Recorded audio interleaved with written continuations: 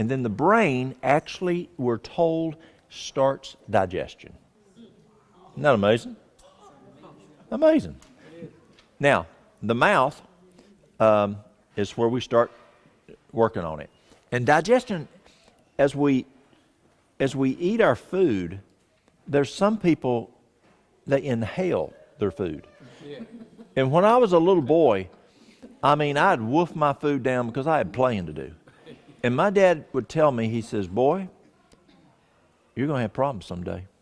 And by 7th, 8th grade, I was already taking pills for my stomach because Dad was right. I was just inhaling the food. I was not chewing it. I was not masticating it. So what's supposed to happen in the mouth? And it's very, very important for digestion. We're not cows, so we don't chew our cud. We don't have teeth in the stomach. And so we got one choice at it, hopefully. And so you want to chew that food well. Now, it's not just to chew it up. Has anybody ever mixed up concrete in a wheelbarrow? Okay. Have any of y'all ladies ever made a cake? Okay. So you got a wheelbarrow, and you put in your sackcrete. And then you put in your water. And you take your hoe and you move it, maybe 2 times. Is it ready to pour? No. You got a bowl and you pour in your cake powder and you pour in the liquid and you take a spoon and move it about 2 times. Is it ready to put in the oven? No. See, our saliva, or when I talk to kids, I call it spit. Our saliva is not just liquid. It's got what's called chainsaws. It has amylase, protease, these digestive enzymes that start ripping the food apart. You cannot take an apple and just cram it in your blood. You can't do an IV of an apple. It just ain't going to work. You've got 3 major parts of digestion for that to work. First part is in the mouth. And what happens in the mouth is just step 1. It's got 2 more steps to go. You literally have to go through. Remember chemistry when we make several steps of things to make something happen? Well, in digestion, God made digestion in the mouth to first start with, you got to chew it up, and plus when you chew it, you make more saliva. Also, you don't want to drink with your meals. When you drink with your meals, you're diluting the chainsaws. You don't make as much of the chainsaws because you just don't make as much saliva.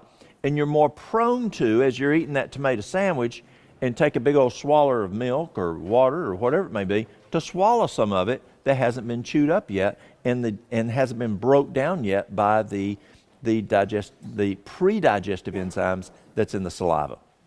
So the first part of digestion that's so critical is chewing. But there's another big part of digestion. Well, I'll come to it. So that's important. And then we swallow that. How do you know how long to chew it? And your tongue tells you until it's baby food. Baby food. Now, what about a person who's doing a juice fast? Do they need to chew their juice? No. Why? If they do, they didn't blend it long enough. Well, let's think about it. It's already liquid. But if you see, when you separate that fiber, you still have those raw nutrients that need to be broke down by the spit, by the saliva, by the amylase and protease, those pre-digestive enzymes.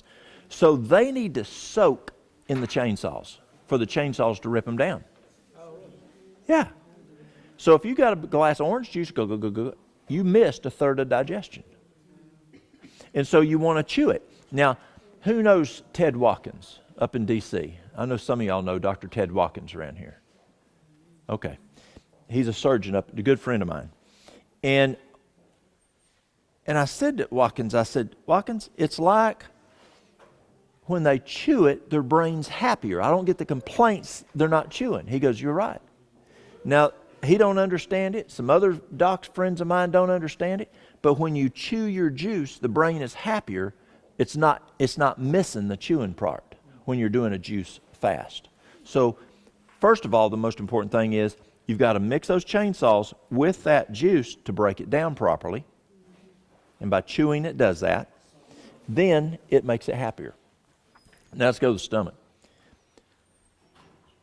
One of the most important things about the stomach and digestion is the brain. There is boy, this is going to be tough to do this by 4 o'clock. Let me just do it fast. Stress raises cortisol, raises adrenaline. When you go into fight or flight, what happens? All kinds of stuff goes up. Blood pressure, clotting factor, heartbeat, communication to the nerve, muscles, and a lot of stuff increases. But what shuts down? Digestion. So if you are stressed, it's better not to eat.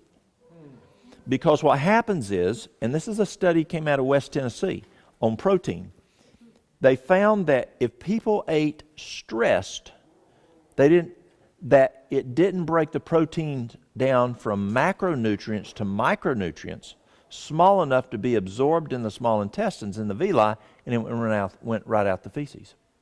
And so they were not getting that protein. So the blood protein levels were low because these were a bunch of stressed people that they did this study on. So if you are stressed, I can remember when I used to have noon meetings for my staff. And my job, a lot of times, was go to places that either had poor patient care, poor finances, or both, and fix it. And that was people problems. It was either they didn't have the systems or they weren't following the systems.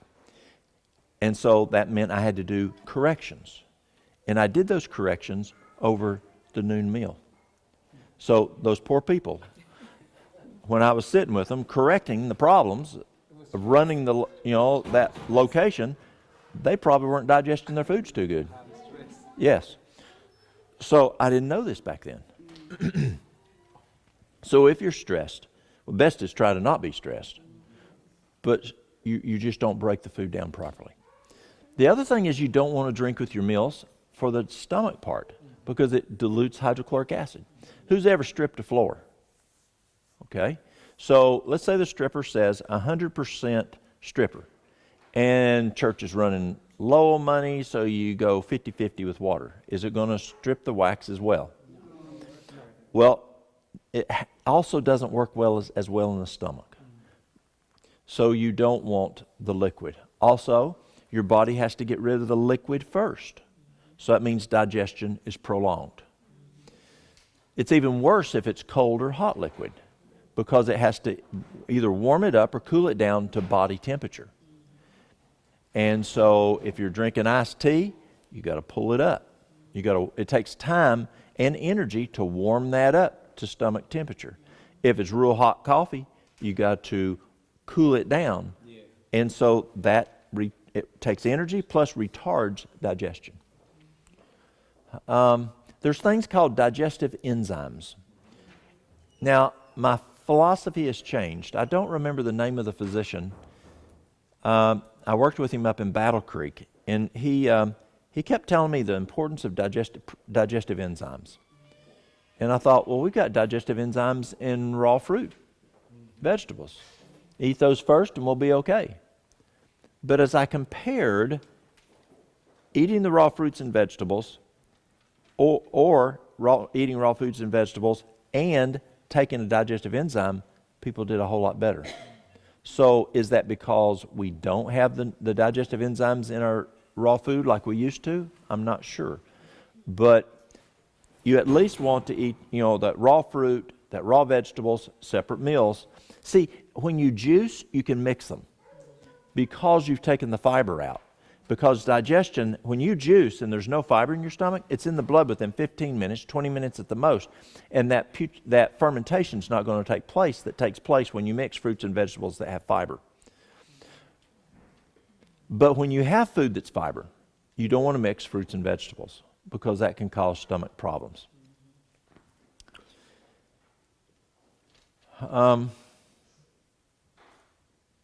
But the drinking with meals is going to dilute, and it's going to retard digestion because it has to get rid of it first. The other problem with drinking, I like Mexican food.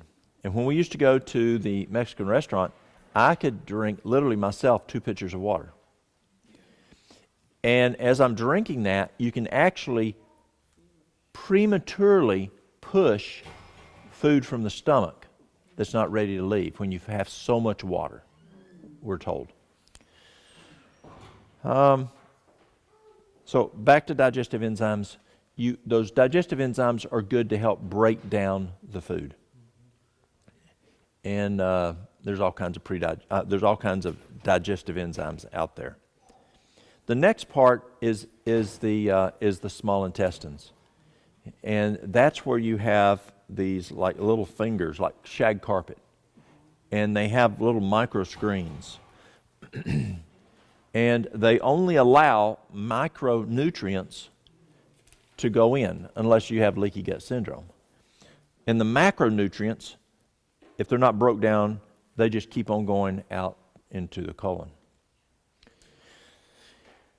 And yes, you've got pancreatic enzymes that come in and do their job breaking down, and that's important also. So that's pretty well how that works. In the colon, you're absorbing water and fluids and that kind of thing. And if you haven't broke the proteins down in the digestive tract and it goes to the colon, you'll break them down there, and the byproduct can be gas. And so one of the things to look at if you have a lot of gas is, are you breaking the proteins down properly where they need to be broken down, or are they going on through as macronutrients and getting broke down in the colon? So that's just an overview there. So let's talk about problems. Let's start back with the mouth. In the mouth, people have mouth sores. And I find that mouth sores many times are due to something going on in the stomach or the small intestines or the large intestine, somewhere down below. And if we can fix those, the mouth sores go away. You can swish aloe vera to help them. But you want to target what the root cause is. You don't mean mouth, so just you bit your tongue or bit your... Correct. This is something that forms Right, the mouth. right, correct. So the question was, does this mean like when you bite yourself? No, that's different. This is like when people get sores in their mouths. And many are their tongue. I've seen tongues that look like caverns. Oh, wow. Yeah, and it's very painful. Like you. And so when you calm down this, or you calm down the ulcerative colitis, that tongue gets better. The sores in the mouth get better. And yes, you can use things like in the mouth, you can use the aloe vera, you can use salt water, you can put salt plum on it, you can golden seal, but that's only treating the signs and symptoms. You're not getting rid of the root cause. Problems in the esophagus we see are where people have acid reflux, and you can have some damage in the esophagus. And so we'll use things like aloe vera to help. And again, you're only treating the signs and symptoms. You got to get to the root cause, what's going on in the stomach. But to treat that in the esophagus, we'll use like aloe vera, we'll use slippery elm, and that can help. In the stomach, for like that acid reflux, you got to figure out what the root cause is. And one of the biggest causes of acid reflux is drinking with meals. So 15 or laying down before bedtime. Correct. 3 hours before, or within 3 hours of going to bed. Those are the two big ones. That's the two big ones. So 15 minutes before you eat, while you eat, to at least an hour after you eat. Now there's some physicians out there say go 2 hours after you eat, but at least an hour. Because see, we just ate. Yes. But when we got up, is digestion over? No. No, it's going to take a while. If you eat a steak, it's going to take a long time. If you eat chocolate, it's going to take a long time. And so just depending on what you ate, it can take a while. So at least an hour after you eat, you don't want to drink near a thing. Now, maybe you want to swish your mouth out with some water to clean your teeth or something, but you don't want to drink because of what we talked about before. But also that's a huge cause of acid reflux. In going to bed, laying down. So things that we do, I try to get to the root cause, so I encourage folks not to drink within 15 minutes before, during the meal, to an hour after, not eating within 3 to 4 hours of laying down. If that doesn't resolve it, then we look at things like, again, aloe vera. Aloe vera is very, very good to help calm the stomach down. Activated charcoal. Now, I used to not be a big everyday activated charcoal person, but I've changed my thought as of late because they're saying that if you'll take a teaspoon or 3 capsules twice a day, it can prevent cardiac sclerosis. So it has some benefit there. Now, if you do take activated charcoal, as you know, you don't want to take it within 2 hours of either side of a medication. I had a girl come in not long ago, she and her husband, young couple, and so she wanted some activated charcoal, and I said, now listen, if you're on birth control pill, don't take it within 2 hours, it ain't going to work tonight. And she looked at me. Her husband looked at me, he goes, don't worry, that ain't going to happen. So if you're taking, say, Lanoxin for tachycardia, or if you're taking a medication for diabetes or blood pressure, and if you take that activated charcoal within 2 hours either side, or even Alimed, it will soak it up. That's why we used it for overdoses. I had a nurse one time give a patient way too much morphine, fortunately it's by mouth, and she called, she says, Walt, I gave way too much morphine. What shall I do? I said, protocol, charcoal. Did you give the charcoal? No, I hadn't done that yet. Give the charcoal. Boom, no problem at all. Soaked it right up. So those are great. You can do papaya. Papaya is good for also. But the papaya enzymes are good. Or papaya. Is it leaves better? Y'all from the islands? Is it just the papaya or the leaves? The leaves also? Yes. And the seeds, yes. For the acid reflux. Oh, you yes. eat the seeds rather than throw them down the drain? Yeah, y'all help me here there, y'all island people. What do y'all do with the seeds? You got to be careful with the papaya. Okay, tell me. The papaya is GMO. Ah, I didn't know that. I haven't bought that thing in about a couple of years now. So for our listeners out there, I just found out that papaya is now GMO unless it's organic. A lot of it is GMO. Okay. So the seeds are not that good. You don't want to mess with anything I say GMO. Unless it's organic. Okay, excellent. Well, I don't even like the papaya here anyway. It just don't. Yeah, you go. I had some in Venezuela, and whew, that's good stuff. But here, it's like eating watermelon in January. It's just not good. Okay, so that's the big thing that we do there if a person just has acid reflux. It could be another thing that Dr. Thrash taught me on acid reflux was she said, Walt, make sure they're chewing their food because you're missing that first part of digestion. So you're putting it down there and you're expecting the stomach to do, and one, you don't have teeth down there, plus you didn't break it down step 1 to go to step 2. She says, another thing for acid reflux, make sure they're chewing their food. It's true. Ulcers in the stomach. The best thing I found for that is a lot of times that's stress-induced. And so they can use things like B-complex, lithium ortate, magnesium. Lithium ortate is phenomenal for stress. B-complex is phenomenal for stress. Old doc taught me that years ago. Magnesium's good for stress. Drinking plenty of water, going to bed by 9 o'clock, exercise, all those things are good for stress. Stress can cause ulcers. Now, if they do have ulcers, you want to rule out H. pylori, Helicobacter pylori. H. pylori looks like a little corkscrew, and that can cause ulcers, and you've got to get rid of the H. pylori. And to get rid of H. pylori, you can use like the Alimed or something like that, and that will get rid of the H. pylori. And you can test for that. You can do a blood test. You can do a endoscopy. Can pick that up, can it? Endoscopy? Pardon? Alimed works well along with a probiotic. But to diagnose it, they can do a blood test, they can do a breath test, and I'm pretty sure you can test, y'all in healthcare, can't you get that with a sample with endoscopy? I think you can, but anyway. So how do you address H. pylori? As I said, you want to use the, to get rid of the little guy, you can use the Alimed, you can use the pardon? What's that? Oh, mastic gum. Okay, tell us how to do that. Mastic gum.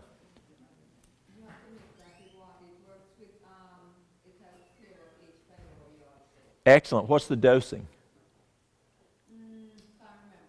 Okay, so we just need to look that up. But mastic gum will get rid of H. pylori. Good, good. Now for ulcers, to get rid of the ulcers, I'll do a soup. It's a potato soup. It's got potatoes, carrots, onions, and let's say potatoes, carrots, onion, celery. And you do a quart each meal. And you can add some brown rice if you want to. And you do that for 21 days. And the phytochemicals that God put in those are phenomenal in healing ulcers. How long do you boil the soup when you make it? Oh, you just cook it like on the stove with water, just like you'd make a regular soup. Yeah, but not to the vegetable. The celery should still be crunchy, right? No, it's soft. And then you want to blend it in the blender Oh, blended. after you finish cooking it, and then you're going to blend it. So that's the first thing I do. We do that for 21 days. We do the aloe vera, 2 ounces, 3 times a day. Then we'll do the carob powder. 1 teaspoon twice a day. You can put that in water, or you can put it in some applesauce, non-sugar applesauce.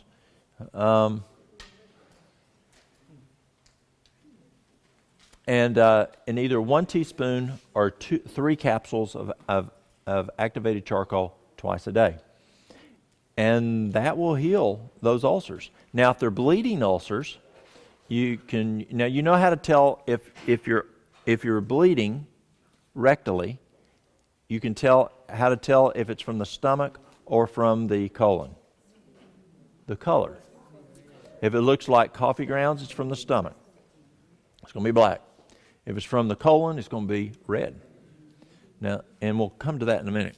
But if you want to stop ulcers from bleeding in the digestive tract, take 2 capsules of cayenne pepper, PRN. And just like pouring cayenne pepper on a wound here, it stops bleeding. It's going to stop the bleeding inside. Yes? So you can take cayenne pepper for ulcers, but can you also, I thought you could use spices for like if you have acid reflux or ulcers. Right. You don't want things like black pepper. Black pepper and spicy things can irritate the mucosa, but cayenne pepper, if not cooked, and that's a key, thank you for bringing that up, because if you cook the cayenne pepper, it has the opposite effect according to Dr. Phil Collins. But if it's raw cayenne pepper, it doesn't irritate the mucosa. And so that's a good question you brought. The powder? And so you just take the powder, a capsule, or I usually just have folks do 2 capsules PRN, and it'll stop the bleeding. That's correct. Yes. Or if you cut your hand, just pour cayenne pepper on it. It'll stop the bleeding. Let's see. Anything else on the stomach? Another good one to help heal the tissue that I like is psyllium. Psyllium powder. That's another good one that I use for the ulcer. Remember, we used it on the esophagus. We also use it in the stomach to calm the stomach. And it will, you just put a teaspoon, a glass of water, stir it up, and drink it. For sore throats, The psyllium's really good there. Yes. Oh, what did I say? Psyllium, thank you. It's slippery elm. Yeah, slippery elm, thank you. Tea with it. Yeah, no, I just put it in water and stir it and drink it. Yeah, that would have been a mess. Yeah. Now, it's good for fiber, but it's not going to fix the problem. Thank you, Mary Lou. So it's good for a sore throat. It's, yeah, slippery elm. 1 teaspoon in a glass of water and just sip on it. And you just, all your water all day long, just put 1 teaspoon in there, and that's great for a sore throat. And it's all slippery elm's also really good for healing the stomach. If you have problems with, let's say you have an endoscopy, and you know how an endoscopy, the patient's throat's real sore. You can use the slippery elm. You can also use the aloe vera. Yes, sir. Now we use like a slipper elm, like take off a warm tea, like when you have a cold or a cough. Mm-hmm. Yes. Now, I had a guy, he was a Cherokee Indian, and you can learn a lot from them guys, just like I learned a lot from y'all from the islands. He said that when they would go from village to village, his ancestry, and they had no food, they would just bark an elm tree and take the inner bark, and they used that for food. And we know that history tells us that Washington did that during the time of the Revolutionary War. There's times that his army didn't have food, and he would have his soldiers eat the inner bark of the elm tree for food. Now let's go to the colon. A big one that we see today in the colon is ulcerative colitis, and that can be very serious. It can be real serious. Very painful. And so what you do for ulcerative colitis is you put them on from a diet standpoint, you put them on the soup for 21 days. After the 21 days, they eat no dairy, no wheat, no meat, no caffeine. Caffeine is like pouring gasoline on it. And no raw fruit, no raw vegetables. On ulcers, you don't want raw fruit and raw vegetables. It's an irritant. What they're eating is fruit that has been cooked, like applesauce, pear sauce, peach sauce. Vegetables have to be steamed. They can't eat a salad. It's got to be steamed vegetables or cooked vegetables. Grains, you want to be gluten-free, wheat-free, if you're eating here in America. We're finding that the European wheat isn't causing the same problems. But the wheat here in North America is causing problems. It's both because of the superhybridization and also for the spraying of Roundup right before it's harvested. But I'm having people who come to me that have wheat intolerance. They cannot eat any wheat. It's known, it's identified, diagnosed, but they can eat the wheat out of Italy that we have. It's the jovial wheat that I mentioned before, and they're doing great with it. Yes? Yes, it's an einkorn wheat. That's right. It's 14 chromosomes. It's grown in Italy. It's harvested in Italy. There's no Roundup. It's packaged in Italy, so it's not been contaminated with our wheat. And so I'm finding people are tolerating that. Can you buy that? You can get it off Amazon. Mm-hmm. The problem is you can only, what's the size contain? It's just a little, you can't get it in 25 pounds. They only sell it in containers about this big. Yeah, not very big. So if you buy grain from Italy in this regular store, is that Yep, acceptable? it is. Okay. Yeah, I'm Pasta's already made from Italy and it says so. yes, Okay. yes. I'm trying to get some wheat out of Germany right now. Just crazy bit. I found a place, but I just need to stop enough to do it. But I'd like to start getting it in like 25-pound bags, so it'd be more economical for people, especially people who make a lot of bread. Yes, ma'am. Is it stuff the same? It doesn't bother people with colitis and things like that because the gluten is. It's a good question. I haven't tested it on ulcerative colitis yet. Her question was, is it if a person has ulcerative colitis, can we use the European wheat? I haven't tested it on that. I'm still telling. Oh, spelt. Oh no, you don't want to do the spelt. You're exactly right. That's correct. Thank you. So nutrition-wise, you do the soup, you do the brown rice for 21 days, and then until the colon is healed, until the ulcerative colitis is plumb healed, they're only eating cooked fruit, cooked vegetables, non-gluten, non-wheat grains, no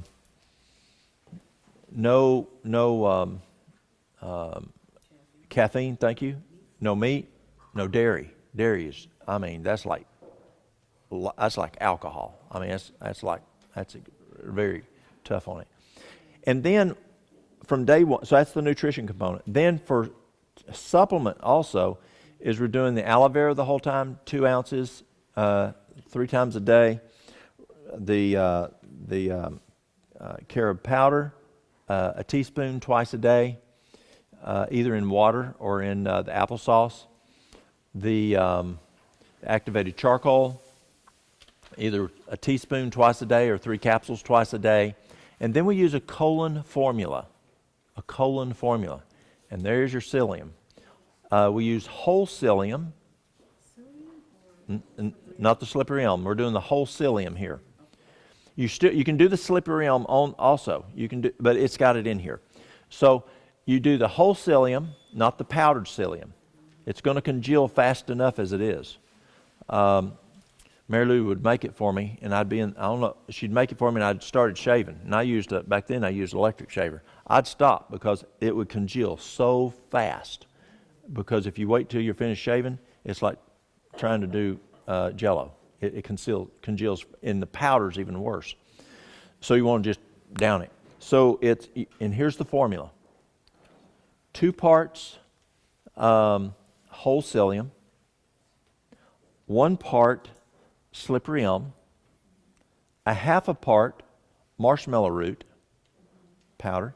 All this is powder except the psyllium is whole. So it's a half a part marshmallow root, a fourth of a part peppermint powder, and a fourth of a part spearmint powder. Mix it all together, and you're going to take 2 tablespoons 3 times a day, 30 minutes before a meal, in, say, some water or apple juice. But what about the apple juice? It needs to be organic, but also unsweetened, but also it needs to be processed, because you don't want raw apple juice because it's raw fruit. So no raw juices during this time. So it's going to have to be an apple juice that you bought off the shelf that was pasteurized or whatever, heated up. But I did it in water. Water works fine, but it does taste a whole lot better in apple juice. Licorice root is another one. I'm sorry. Let's see, licorice root. Was it licorice root? Yeah, that's the one I didn't like. No, that's separate. This is a licorice root tea, and it's got to be a tea, not capsules. Now, Mary Lou likes licorice root tea. I think it's nasty, but she forced it on me. It's very, very good to help.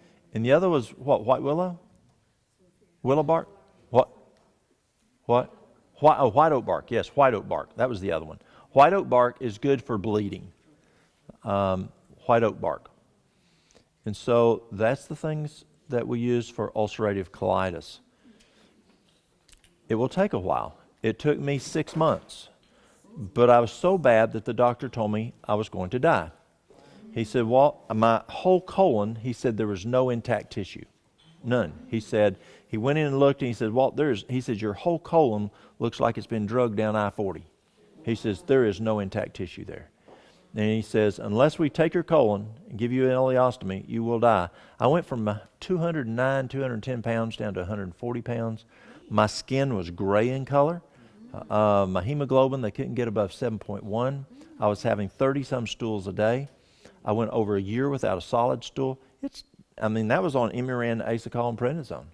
They just quit working. Drugs. They quit working. And so I went to another doc, Dr. Phil Collins. And Dr. Bailey, a cardiologist, had told me about Phil. And I went to Phil, and in 6 months, it was totally healed. Yes?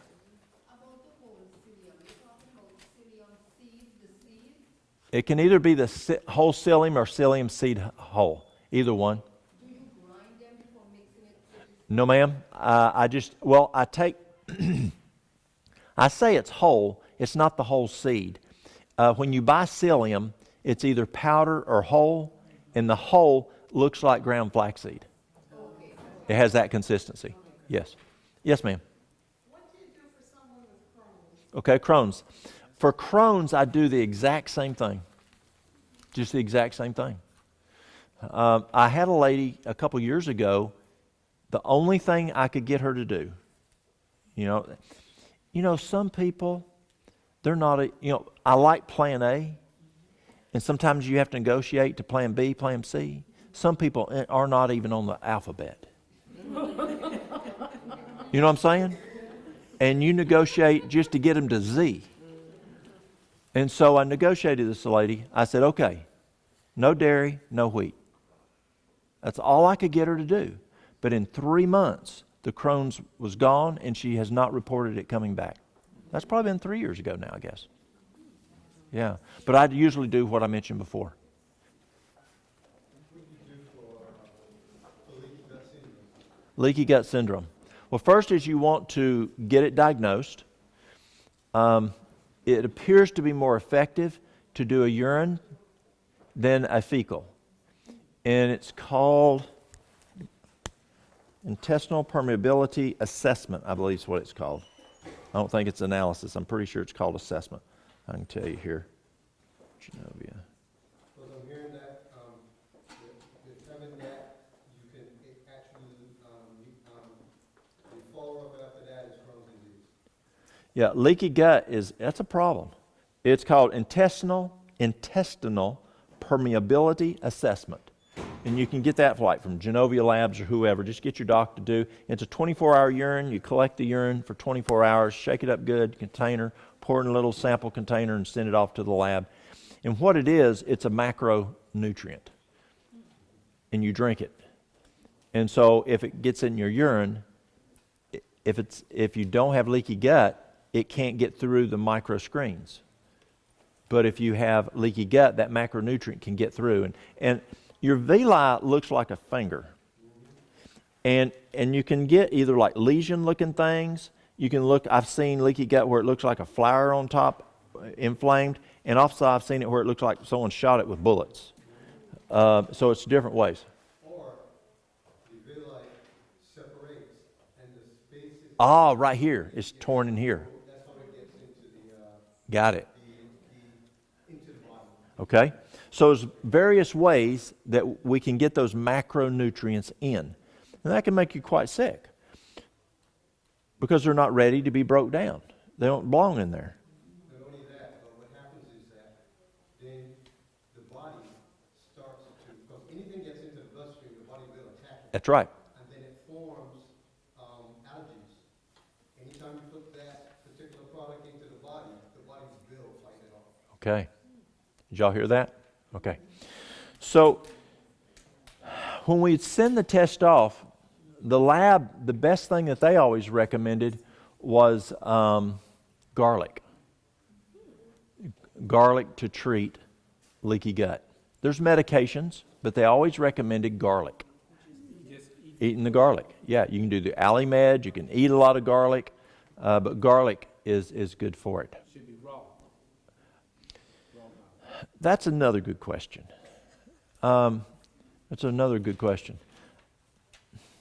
We were serving garlic to our patients, and we got this new doc in on locum tenens, and he decides he wants his patients to eat theirs raw. See, we do 4 cloves every meal for our patients, and 4 cloves. And I said, well, I don't know if you'll get them folks to do it. He says, when you steam it, we'd only steam it for 1 to 2 minutes. Not long. 1 if we could do that. And he said, no, I want my patients to get the full effect. Well, they did that first garlic bulb, but then they wouldn't eat it no more. You know what I'm saying? So it was better to get a little less effective steamed for a minute than it was to say, I ain't going to eat that no more. And so sometimes steaming it a little bit, you can get down. Again, you got to negotiate with people. You really do. Yes, sir. I want to say something about the garlic. Yes. Usually what I do is cut up garlic and make garlic water and drink it. Mm. One morning I drank it without eating anything. I almost passed out. Oh, yeah. I have taken a tablespoon of Alimed and thought I was going to fall on the floor. I mean, you figure that's 2,240 cloves of garlic times 3. So it's almost 7,000 cloves of garlic. Yeah, on an empty, you don't do that. Yeah. So leaky gut's an area that I need to study more on because I think it's more of an issue out there, even more than what it was before. The other thing is we look in the colon is you want to make sure you've got good bacteria. Yes. So it's very common now to see physicians recommending probiotics. Yes, sir. I'm hearing that it comes from eating gluten. Gluten is one of the number one causes of leaky gut syndrome. Yes, I'm hearing that also. From eating. Yeah, gluten, the leaky gut. Like in bread. Yes, like bread. Yes.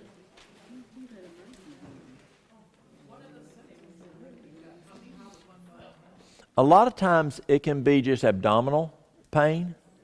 You just don't feel good. Your body's fighting, as he said, it's fighting against what's coming in.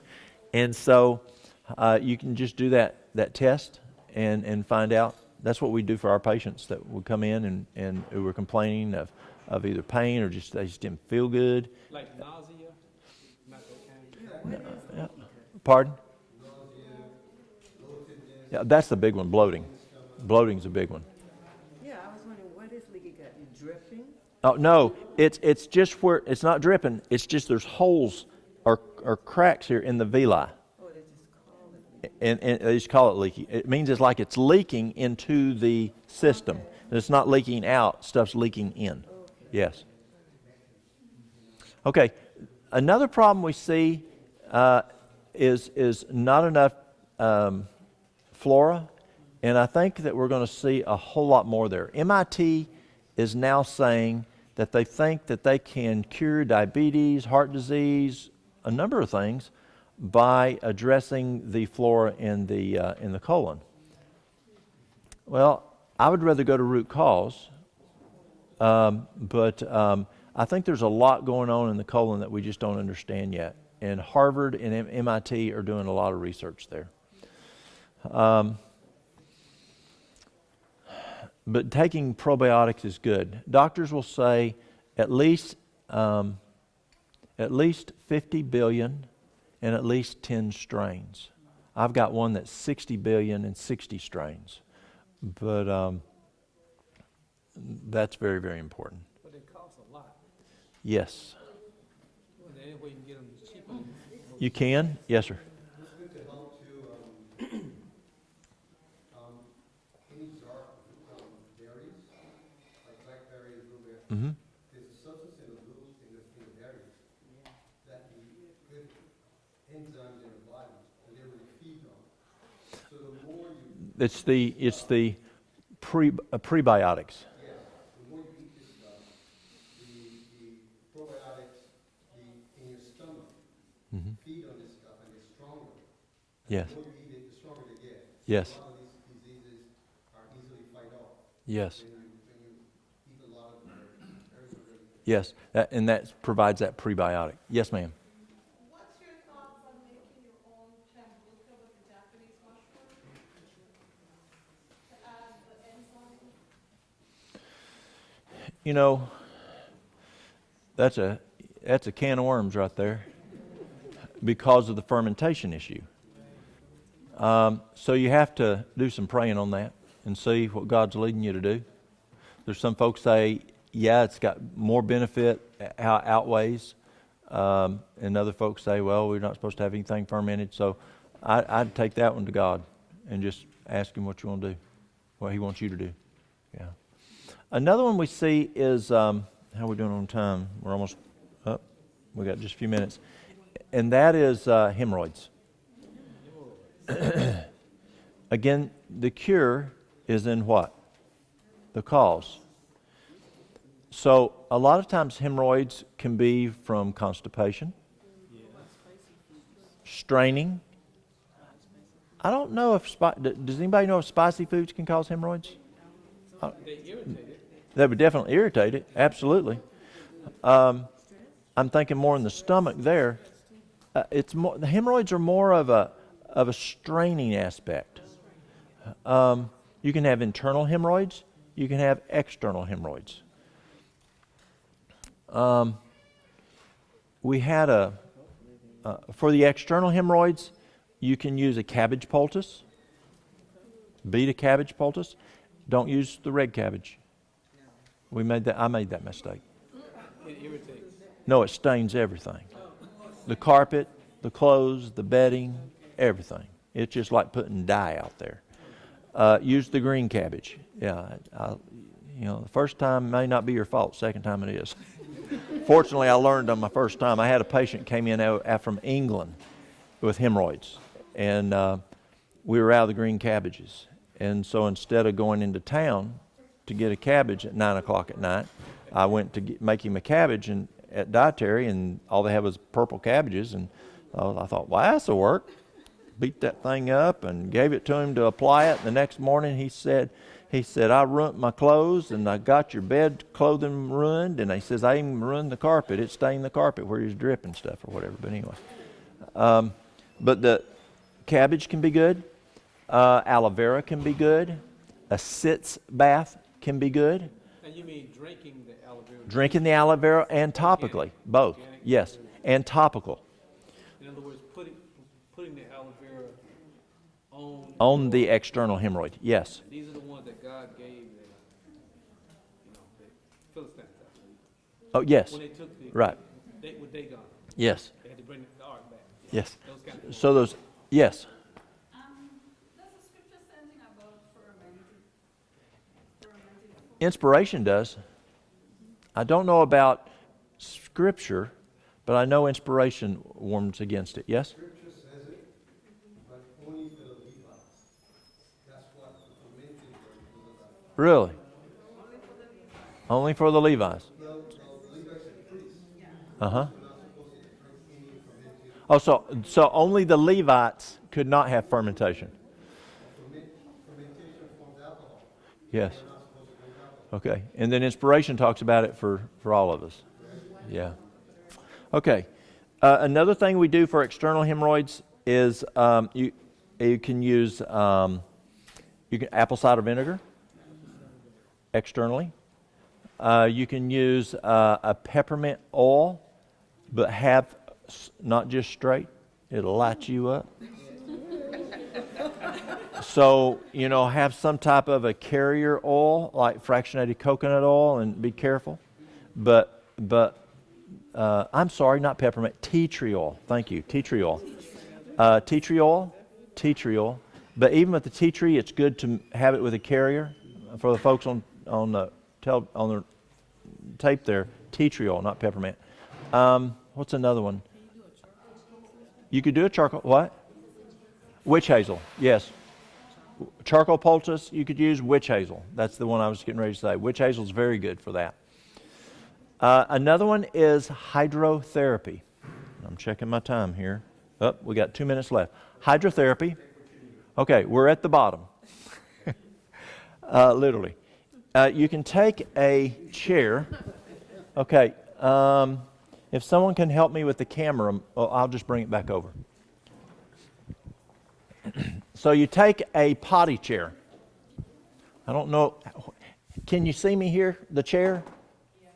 Okay, so you take the chair and you take a potty chair and you take the pot out, and then you get what's called a douche. Douches are one of my favorite hydrotherapy.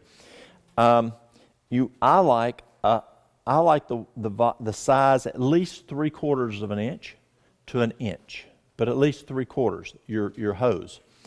And you want a hose that has the ability to have cold and hot. And so you can regulate it like a shower. And so what you can do is you set the person there looking the other way, men on men, women on women, unless it's your spouse. And so what you do is you get down with the hose, the sprayer, and you go, what's first, hot or cold? Okay, hot 3 minutes, cold 1 minute. Hot 3 minutes, cold 1 minute. And so you're spraying and massaging that hemorrhoid with your water. Be careful. Don't do it too hard. It's going to hurt. But you probably could just do it enough even without the sprayer. Just use the hose and massage that area with the warm water and then go cold water, plumb cold. Now, if you're doing a shower, you don't go plumb cold if a person has cardiac issues. But it's not a problem here because you're just doing that one area. So you're doing as warm as they can tolerate, cold as they can tolerate. And you do 3 minutes, 1 minute, 3 minutes, 1 minute, do it 7 times. For internal hemorrhoids, we're doing the aloe vera. But again, what's the problem? Is it constipation? Is it straining? Did they just have a baby? Well, you can't undo that and change that. But let's say they have an occupation, they do a lot of straining.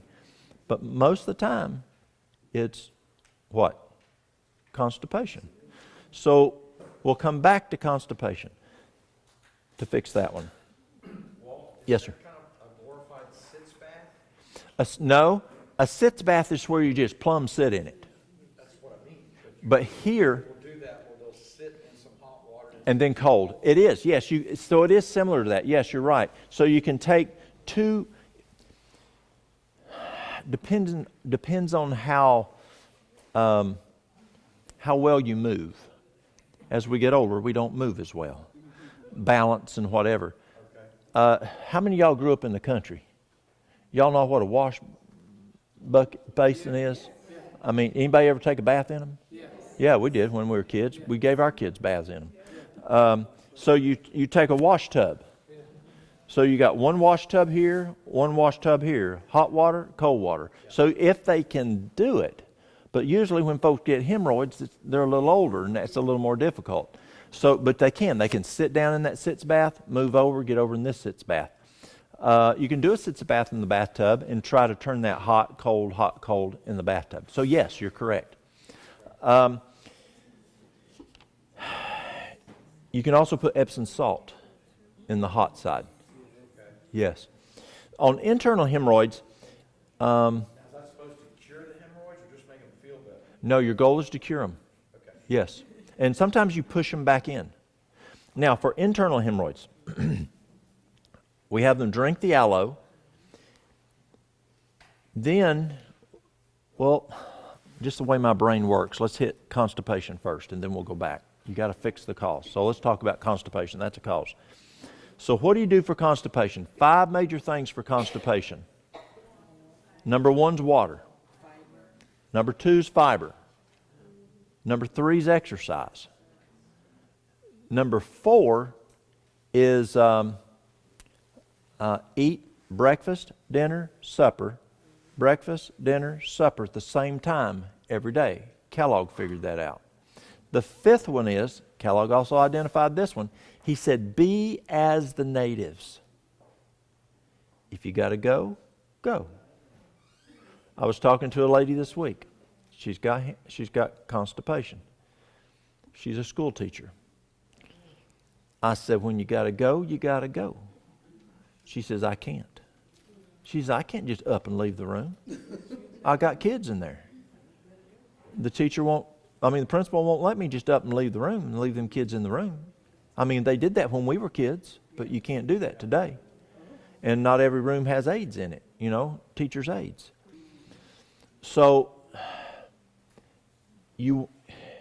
Kellogg said, when you ignore the urge, it goes both ways, urinating and defecating. But you need to go. But Kellogg said, defecating, when you ignore the urge, the brain will start ignoring the urge. So you got to retrain your brain. Do you remember, those of y'all in healthcare, you know what potty training is. Retraining a patient to, every so often you take them to the bathroom and retrain them how to go to the bathroom. You got to do that. You've got to retrain the brain to identify the urge to go. Those are the 5 things. Number 1, hydration. How much water do you need? Kindergarten, according to University of California at Davis, is a half a gallon. From 5 years old to 128 pounds, half a gallon. Over 128 pounds, body weight divided by 2, that many ounces. If you're in kilograms, it's kilograms divided by 30. Kilograms divided by 30, that is the percentage of liters, or the amount of liters, 1.5, 1.3, whatever. So water is critical. Now, that's just enough water to sit on the couch. If you're exercising, you need more water. See, today, I don't have to drink a gallon of water. But when I'm at home, I'm supposed to drink a gallon of water according to the Tennessee Fire Academy, because I might have to fight a house fire. And so I'm preparing myself for a house fire. That's what I should do. If I fight fire with U.S. Forest Service or the National Park Service on a huge wildland fire like a Gatlinburg fire or a California fire, they want us. It used to be a gallon of water every 2 hours. Now it's a gallon of water every hour and a half. That's a lot of water. But y'all don't fight fires. And so, but it's whatever, the amount you need. If you're gardening, if you're sweating, exercising, you need more than just body weight divided by 2. Fiber, how much fiber do we need? We need RDA now. When I was in school, Mary Lou and I was in school, they said 25 grams of fiber. Now they're saying at least 35, but we have nutritionists saying at least 50 to 60 grams of fiber. Fiber is critical in making sure that for constipation. And again, the other issue is exercise.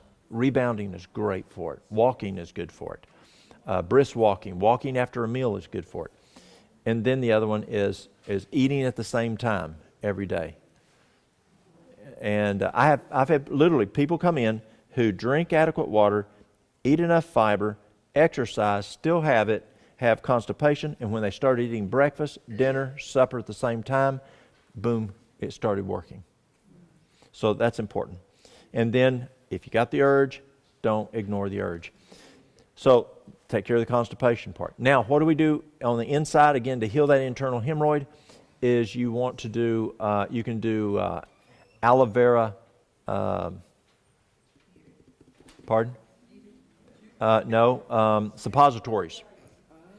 So what you do is you can do it 2 ways. You can take a glove, exam glove, and pour in aloe vera juice or gel and freeze it.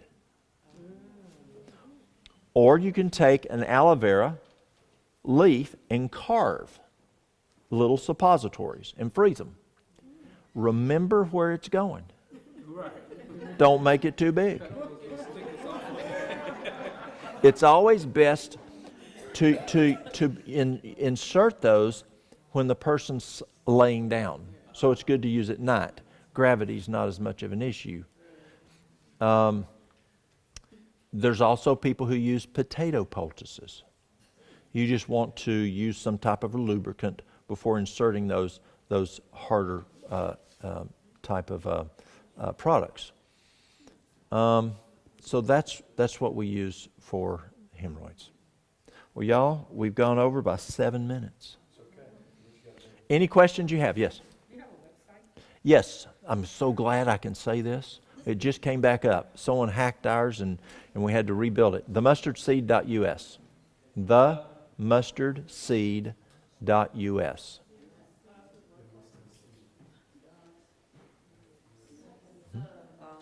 The THE or the mustard seed, mustardseed.us.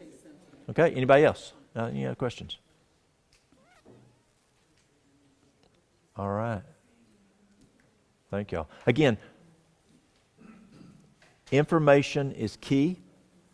the best information I found on this subject is straight from the factory. Shall I say the creator? And that is Counsels in Diet and Foods. Excellent book to help you there. Okay, thank y'all. Don't get too anxious to leave. We're just beginning.